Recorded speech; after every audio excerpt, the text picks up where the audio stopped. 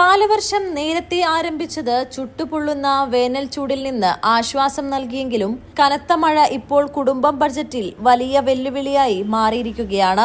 അടുക്കളകളിലെ പ്രധാന വിഭവങ്ങൾക്ക് കുത്തനെ വില വർദ്ധിച്ചിരിക്കുകയാണ്. കഴിഞ്ഞ ഒരാഴ്ച 10 രൂപ വർദ്ധിച്ച തക്കാളിക്ക് പിന്നാലെ ഈ ആഴ്ച ഉള്ളിക്കും മല്ലിക്കും വില കൂടി. ഉള്ളിക്ക് ഒരാഴ്ച മുൻപ് രാജ്യത്ത് ശരാശരി 30 രൂപയായിരുന്നത് ഇപ്പോൾ 40 രൂപയായി.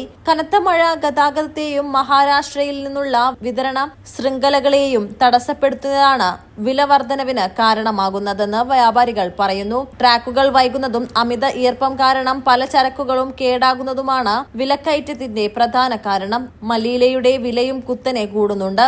കഴിഞ്ഞ ആഴ്ച ഒരു കെട്ടിന് 20 രൂപയായിരുന്നത് ഇപ്പോൾ 30 രൂപയായി ഉയർന്നു. ഉള്ളി ഉൽപാദന മേഖലയായ മഹാരാഷ്ട്രയിലെ കാർഷിക മേഖലകളിൽ വിളയ്ക്ക് നാശനഷ്ടം സംഭവിച്ചത് ആശങ്ക ഉയർത്തുന്നുണ്ട്.